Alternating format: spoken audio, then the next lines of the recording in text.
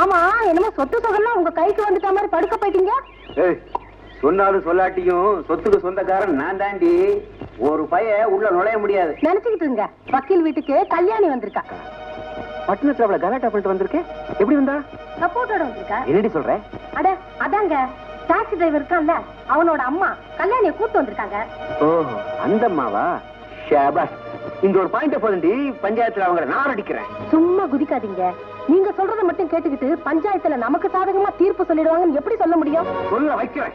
வக்கீல் இருக்கிறவர்களும் அது நடக்காதுங்க. ஏன் நடக்காது? கல்யாணி பேர்ல நீங்க சொல்ல போற குற்றச்சாட்டுக்கு எல்லாம் சாட்சி எங்க இருக்கு? அதான் அந்த குதிரை வண்டிக்காரன் இருக்கானே. குதிரை வண்டிக்காரனா? அன்னைக்கே அந்த டிரைவருக்கு பயந்து நம்மள வண்டியில ஏத்த மாட்டேன்னா அவனாவது சாட்சி சொல்றதாவது. பாருங்க, இதுக்கெல்லாம் ஒரே ஒரு வழிதான் இருக்கு. என்னடி? கல்யாணியோடைய தாய்மாமனை நம்ம கைக்கு கொண்டு வந்துட்டோம்னா அவனை வச்சு அவளை பஞ்சாயத்துல நார் அடிச்சிடலாம். யோ, கல்யாணி உன் தங்கச்சி பொண்ணு, அதனால பஞ்சாயத்துல உன்னதான் முக்கியமான சாட்சியா கூப்பிடுவாங்க. எனக்கு எதிரா சாட்சி சொன்னேன் தம்பி. உங்களுக்கு விரோதமா நானா? தம்பி, உங்க உப்பத்து இன்னும் வளர்ந்தவன் தம்பி நானு. நாயே இத சொல்லுடான்னா நான் சொல்றேன். நாயே இத செய்யடான்னா நான் செய்யறேன். ஷாபாஷ். பஞ்சாயத்துல நான் என்ன சொல்றேனோ அதுக்கு மட்டும் தலையாட்டினா போதும். இந்தா வச்சுக்க. கொடுத்துட்டுல போற சரக்குல அந்த பஞ்சாயத்தையே ஒரு கால. இங்க யாரும் சத்தம் போட்டு பேசக்கூடாது. நடந்ததை கேட்டு நியாயம் சொல்றதுக்கு தானே நாம இங்க கூடி இருக்கிறோம். இல்ல பாருங்க, பஞ்சாயத்துக்கு கட்டுப்பட்டு நடக்கிறதா இருந்தா நடங்க, இல்ல கோர்ட்டுக்கு போவேன்னா போங்க. கோர்ட்டுக்கு போனோம்னா எதுக்கு பஞ்சாயத்தை கூட்டணும்? உங்ககிட்ட நல்ல தீர்ப்பு கிடைக்கும் தானே வந்திருக்கோம். அந்த பொண்ணுக்கு நியாயமா என்ன செய்யணுமோ அதை வாங்கி கொடுத்துருங்க. தம்பி, இந்த பொண்ணு உங்க அப்பாவுக்கு வாழ்க்கப்பட்டிருக்கா, நியாயமா என்ன கொடுக்கணுமோ அதை கொடுத்துருங்க. என்னங்க, இதை நீங்க சொல்லித்தான் நான் செய்யணுமா? எனக்கு தெரியாதுங்களா? நியாயப்படி சொத்து பூரா என் சின்னம்மாக்கு தான் சேரணும். ஆனா அவங்க அந்த தகுதியை காப்பாத்திக்கலையே. என்னப்பா சொல்ற? அந்த வைக்க கேட்ட நான் எப்படிங்க சொல்லுவேன்? தாய் மாமி நீ சொல்லையா? தலைவர, ஏண்டா குடிச்சிட்டு கலாட்டா பண்றேன்னு கேக்குறீங்களே? மனவேதனை தாழ முடியாம குடிக்கிறேன் தலைவர. அதோ இருக்கிறாள் என் தங்கச்சி பொண்ணு, அவன் நல்லா இருக்கணும்னு நினைச்சு பெரியவரு கைய கால புடிச்சு கல்யாணத்தை பண்ணி வச்சேன். பாவி பொண்ணு ஒழுங்கா இருக்க கூடாதா? அதோ இருக்கிறாங்க பாரு பட்டத்தம்மா, அவங்க மாவன் கூட கள்ள தொடர்பு வச்சுக்கிட்டு இருக்காங்க. அவன்டமா சொல்லாதீங்க. ஏமா ஏமா ஏமா ஆத்திரப்படுறீங்க? விஷயம் இல்லாமலாம் என் சின்னம்மாவை இவ்வளவு பாதுகாப்பா கூட்டு வந்திருக்கீங்க. இத பாரு தம்பி, சொத்துக்காக ஆசைப்பட்டு அனாவசியமா யார் மேலேயே பழிபடாத. அது உனக்கும் நல்லதில்ல, உன் குடும்பத்துக்கும் கௌரவம் இல்ல. வைக்கலையா? உங்களுக்கு என்ன தெரியும்? என்ன தெரியும்னு கேக்குறேன். இவங்க சொல்லித்தானே உங்களுக்கு தெரியும். அங்க போய் விசாரிச்சீங்கன்னா இந்த அம்மாவோட மகனை பத்தி கதை கதையா சொல்லுவாங்க. எங்க அப்பா செத்தாருன்னு சொன்னா நம்ப மாட்டேன். இவங்கதான் சூழ்ச்சி பண்ணிட்டு எங்க அப்பாவை சாகடிச்சிருக்காங்க. இங்க நான் வந்தா உண்மையை கண்டுபிடிச்சிருவோம் பயந்துதான் நான் வரவுக்குள்ளே பணத்தை தூக்கிட்டாங்க. இத பாருங்க, எல்லாரையும் தரக்குறவா பேசிட்டு இருக்காரு. கட்டுப்படுத்தலாம் நல்லா இருக்காது. என்னப்பா இதெல்லாம்? நான் யாரையும் தரக்குறவா பேசவே இல்லை. ஆனா நான் கேட்கிற ஒரே ஒரு கேள்விக்கு இந்த அம்மா பதில் சொன்னா போதும். ஏமா, உங்க அருமை மகனுக்கு என் சின்னம்மாவை பொண்ணு கேட்க போனீங்களா இல்லையா? கல்யாணம் ஆகாத பொண்ணுன்னு நினைச்சு போனேன். பெரியவங்களா இருந்துட்டு ஏமா இப்படி போய் சொல்றீங்க? உண்மையத்தான் சொல்றேன். இவளை என் மருமகளை ஆக்கிக்கணும்னு நினைச்சுதான் போனேன். ஆனா கல்யாணம் ஆகி போச்சுன்னு தெரிஞ்சதும் இவளை என் மகளா ஏத்துக்கிட்டேன். அநியாயமா ஒரு பொண்ணு மேல பழிவு சுமத்தாதீங்க. கேட்டீங்களா? மருமகளா நினைச்சாங்களா, இப்ப மகளா ஏத்துக்கிட்டாங்களா? தம்பி, உண்மை சொன்னா உங்களுக்கே பத்துட்டு வருது. தம்பி தலைவரே, இந்த அம்மாவோட மகனுக்கு பணத்து மேலதான் குறி. இல்லைங்க, குறுக்கோல்ல சம்பாதிக்கணும்னு டாக்ஸில பணத்தை ஏற்றி பழைக்கிறான். பணத்தை ஏற்றி பழைக்கிறவனுக்கு சொத்தோட ஒரு பொண்ணு வருதுன்னா அந்த கிழவனை பணமாக்க எவ்வளவு நேரம் ஆகும்? வேண்டாம், அவன்டமா பழி சுமத்தாத. எது உண்மை எது பொய்யுங்கிறது என் மகன் இங்க வந்தா தெரியும். வரட்டும். நான் ஒண்ணு சாட்சி இல்லாம பஞ்சாயத்துக்கு வரல. தலைவரே, எப்போ என்னையும் என் மகனையும் இந்த பையன் இந்த பஞ்சாயத்துல வச்சு அவமானப்படுத்தினானோ அந்த அவமானத்தை தொடைக்காம இந்த கிராமத்தை விட்டு நான் போக மாட்டேன்.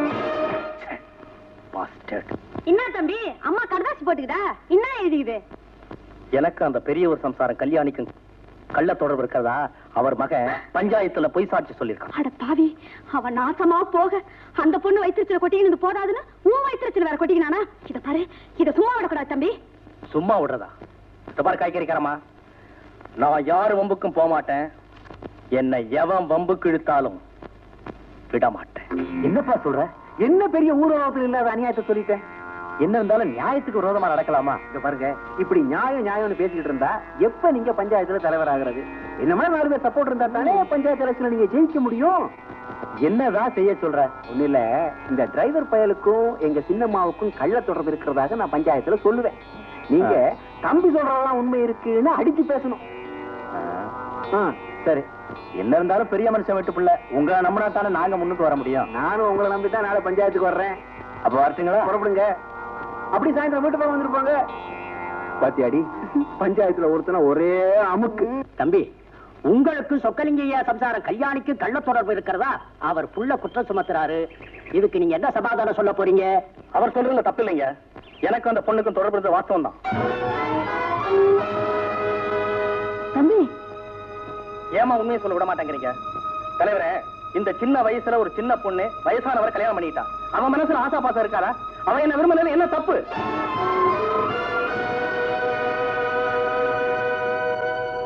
ஏயா, நான் உன் கூட தப்பா ஒரு வார்த்தை பேசியிருக்கேனா? தப்பா பழகி இருக்கேனா? சொல்லியா, சொல்லு சொல்லு சொல்லு. ஏயா, நான் உனக்கு என்னையா துரோகம் பண்ண? ஏயா என்ன அநியாயமா பழி வாங்குற? அம்மா, உங்க பிள்ளைகிட்ட என்னைக்காவது தப்பா பழகிருக்கேனா? சொல்லுங்கம்மா, சொல்லுங்க. ஏம்மா எல்லாரும் அநியாயமா பழி சுமத்துறாங்க? தலைவர் ஐயா, இவங்க சொல்றதெல்லாம் நம்பாதீங்க. நான் நிரபராதி, நிரபராதி, நிரபராதி. தலைவரே, இவங்களுக்கு எனக்கு உண்மையான தொடர்பு இருந்தா இப்படி ஆத்திரப்பட்டிருப்பாங்களா? இவங்க நிரபராதிங்கிறத நிரூபிக்கதான் இப்படி ஒரு நாடகமே நடத்துறேன். இப்போவாவது இவங்க நிரபராதின்னு நம்புங்க. நல்லாவே இருக்கு. இப்பதான் அவருக்கும் எங்க சின்னம்மாவுக்கும் தொடர்பு ஒத்துக்கிட்டாரு. இப்ப என்னடானா சின்னம்மா மிரட்டுறது நாடகங்கிறாரு. இது உங்களையும் ஊராரையும் ஏமாத்துறதுக்காக திட்டமிட்டு போடப்பட்டிருக்க நாடகம். இந்த நாடகத்தின் சூத்திரதாரி ஸ்ரீமான் வக்கீலையா தான். தம்பி, நாங்க நடத்துறது நாடகமா இல்ல நீ நடத்துறது நாடகமானு கூடிய சீக்கிரம் வெட்ட வெளிச்சமாக போகுதுப்பா. இந்தாங்க, உங்க உருட்டல் மிரட்டெல்லாம் கோர்ட்ல வச்சுக்கோங்க. எப்படியும் நம்ம கோர்ட்ல சந்திக்கத்தானே போறோம். வக்கீலையா, கோர்ட்டுக்கு போறதா இருந்தா இந்த பஞ்சாயத்தை கூட்ட வேண்டிய அவசியமே இல்லையே. ஏதோ நியாயம் கிடைக்கும்னு வந்தோம். உங்க தீர்ப்புல எந்த அளவுக்கு நியாயம் கிடைக்குதுன்னு பாப்போம். தலைவரே, உங்க தீர்ப்பை யார் மதிக்கிறாங்களோ இல்லையோ, நான் மதிக்கிறேன். ஆனா ஒண்ணு, நீங்க சொல்ல போற தீர்ப்புலதான் இந்த கிராமத்தோட கௌரவமே அடங்கி இருக்கு. ஆமா, நீங்க என்ன சொல்றீங்க? சொல்றதுக்கு என்னங்க இருக்கு? அந்த பெரியவர் சம்சாரத்து மேல இந்த தம்பிக்கு ஒரு விருப்பம் இருந்திருக்கு. அந்த அம்மாவும் போய் பொண்ணு கேட்டாதான் இங்க ஒத்துக்கிட்டு இருக்காங்க. கல்யாணம் ஆனவன்னு தெரியாம கேட்டுட்டேன்னு சொன்னவங்க இன்னைக்கு ஏன் அந்த பொண்ணோட இங்க வரணும்? எனக்கு என்னவோ சுக்கலிங்கம் பிள்ளை மகன் சொல்றதா சரின்னு படுது. நீங்க எல்லாம் என்ன சொல்றீங்க? அவர் சொல்றதுதான் நியாயம் இருக்கு. கேட்டுட்டீங்களா தலைவரே? நான் சொன்னதான் நியாயங்கிறத ஊரே ஒத்துச்சு. இப்ப என்ன சொல்றீங்க? சரிப்பா, என்ன இருந்தாலும் அந்த பொண்ணுக்கு நீதான் ஒரு வழி செஞ்சாகணும். நீ என்ன செய்ய போற அதை சொல்லு. தலைவரே, நானும் மனுஷன் தான். எனக்கும் இறக்கும் மனசாட்சி எல்லாம் இருக்கு. ஏதோ எங்க அப்பாவோட கொஞ்ச காலம் வாழ்ந்துருக்காங்க. அதுக்காக ஒரு 10,000 ரூபாய் கொடுக்குறேன். எடுத்துக்கிட்டு எங்கேயாவது பொழைச்சுக்கிட்டோம். இதுக்கு மேலும் கலங்கப்பட்ட இவங்க இந்த கிராமத்துல இருந்தாங்கன்னா நான் கௌரவமா தலைமிருந்து நடக்க முடியாது.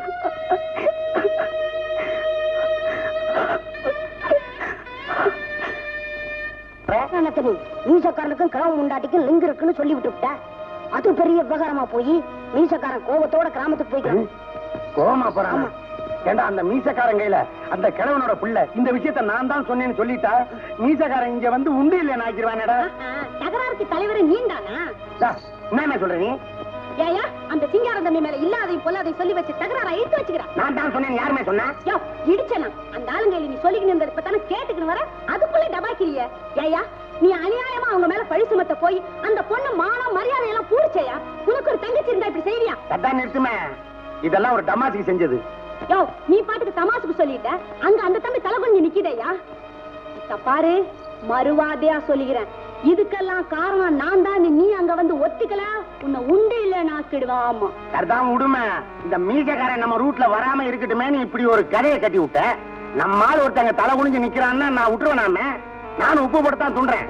மனோன்மணி, கிளம்பு, ஒரு கை பாத்துறேன். தம்பி தம்பி, ஏதோ மலையே கவுந்துட்ட மாதிரி தலையில கை வச்சு உட்கார்ந்துருக்கேன். என்னது? ஏதோ நடந்து போச்சு. இதுக்காக கவலைப்பட்டு என்ன பிரயோஜனம்? என்ன பத்தி நான் கவலைப்படல சார். ஆனா அந்த பொண்ணு அவ்வளவு அவமானப்படுத்திட்டானே, அதை நினைச்சாதான் ரொம்ப கஷ்டமா இருக்கு. என்ன தம்பி, அந்த மானங்கட்ட ராஸ்கல் சொத்துக்காக ஏதோ வாய்க்கு வந்தபடி இந்த பொண்ணை பேசிட்டான். உன்னை பத்தி அந்த பொண்ணுக்கு தெரியும், அந்த பொண்ணை பத்தி உனக்கு தெரியும், உங்க 2 பேரை பத்தி எங்களுக்கு தெரியும். இதுக்காக ஏன் கவலை பண்ணும்? ஆனா ஒண்ணு மட்டும் சொல்றேன், எந்த சொத்துக்காக ஆசைப்பட்டு அந்த பொண்ணு மேல பழிய சுமத்தி அபாண்டமா பேரை கெடுத்தானோ அந்த சொத்துல ஒரு துரும்பு கூட அவனுக்கு கிடைக்க விட மாட்டேன்.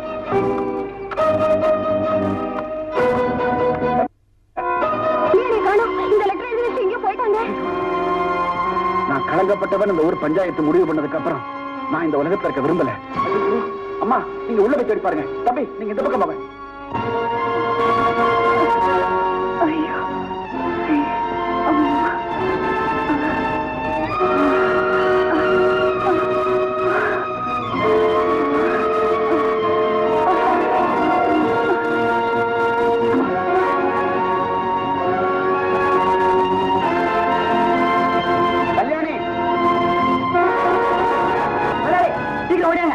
என்னடா உங்க சின்னம்மா எதோ சாப்பிட்டுட்டு மயக்கம் போட்டு எழுந்திருக்காங்க. சாகுற வரைக்கும் யாரும் அந்த பக்கம் வரவிடாம பாத்துக்கோ. உஷாரா இருக்கணும்.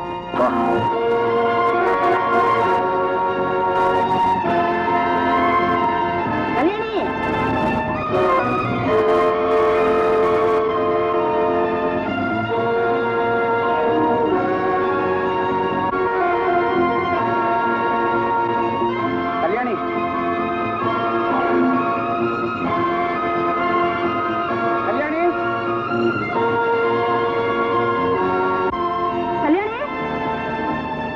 தம்பி, இந்த பக்கம் ஒரு பொண்ணு வந்ததாப்பா. யாரும் வரலமா? இந்த குழந்தைக்கு ஒண்ணும் ஆயிடக்கூடாதுப்பா. கல்யாணி, கல்யாணி, தம்பி, தம்பி, இந்த பொண்ணு எது வருஷத்துக்கு தவிர்த்து பண்ணிருக்கலாம். உண்மையை தானே சொல்றேன். என்னப்பா தலைவரே, நீ எந்த கோயில்ல வேணாலும் சூடத்தை கொளுத்துப்பா, நான் அணைக்கிறேன். அட இவ்வளவு ஏன்பா? நீ இப்ப என் கூட வா. நான் சொன்னதை வச்சுதான் இந்த சோமாரி இப்படி ஒரு கோல்மால் பண்ணிக்கிறானா இல்லையாங்கிறத நிரூபிக்கிறேன். நீங்க கூட வாபா. சரி நடனா போகலாம். பிளேடு வச்சுக்கிறியாவா? எங்க சரி போக சொல்ல கடையில வாங்கிக்கிறோம். இன்னைக்கு நான் அறுக்கிறேன். என்ன சொல்றீங்க? அடியே, டாக்ஸி டிரைவருக்கும் எங்க சின்னம்மாவுக்கும் தொடர்பு இருக்கிற விஷயம் ஊரெல்லாம் தெரிஞ்சு போச்சு. அவன் அவமானம் தாங்காம கோயிலாண்ட விஷத்தை குடிச்சிட்டு மயங்கி கிடக்குறா.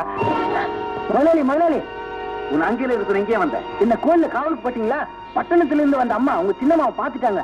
எங்க நான் சொன்னது பொய்ன்னு தெரிஞ்சுட்டா என்ன தொலைச்சிடுவாங்களோன்னு ஓடி வந்துட்டேன். பயப்படாதடா, உங்கள்கிட்ட எவனும் வர முடியாது. நான் வாரேன்டா. கவனிச்சுக்கோ, நான் போலீஸோட வரேன். போ. அட பாவி, சொத்துக்கு ஆசைப்பட்டு பொய்யும் புரட்டு சொன்னதும் இல்லாம அந்த பொண்ணை காப்பாத்த யாருமே வராம தடுத்துட்டு சாகரிக்க திட்டம் போட்டிருக்கிறியா? உன்னை போலீஸ்ல ஒப்படைக்காம சும்மா விட மாட்டேன்டா. மெதுவா மெதுவா.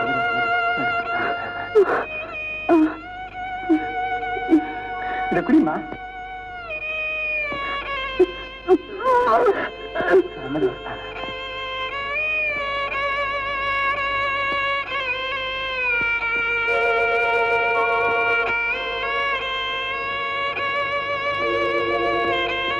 வைத்தியர் எப்படி இருக்கு? பாதி விஷயம் இறங்கிடுச்சு. இருந்தாலும் நாடி துடிப்பு ரொம்ப மோசமா இருக்கு. இன்னும் 3 மணி நேரம் தான் தாங்கும். உடனடியா பட்டணத்துக்கு பெரிய ஆஸ்பத்திரி கொண்டு போங்க. 3 மணி நேரத்துக்குள்ள எப்படி பட்டணம் போய் சேர்றது? உடனடியா மெட்ராஸ் ஜெனரல் ஹாஸ்பிட்டல் கொண்டு போயிடுவோம். அங்க எல்லா டாக்டரும் எனக்கு தெரியும். சீக்கிரம் வாங்க, சீக்கிரம் சீக்கிரம்.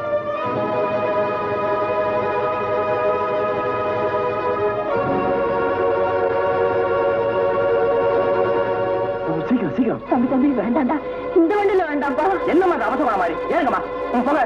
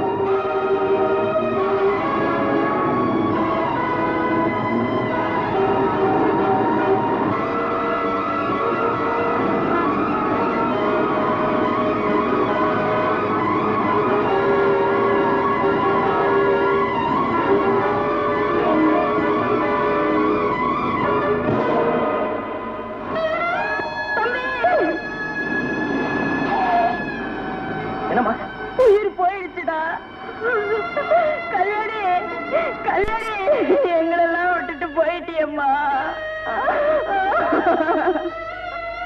கல்யாணி.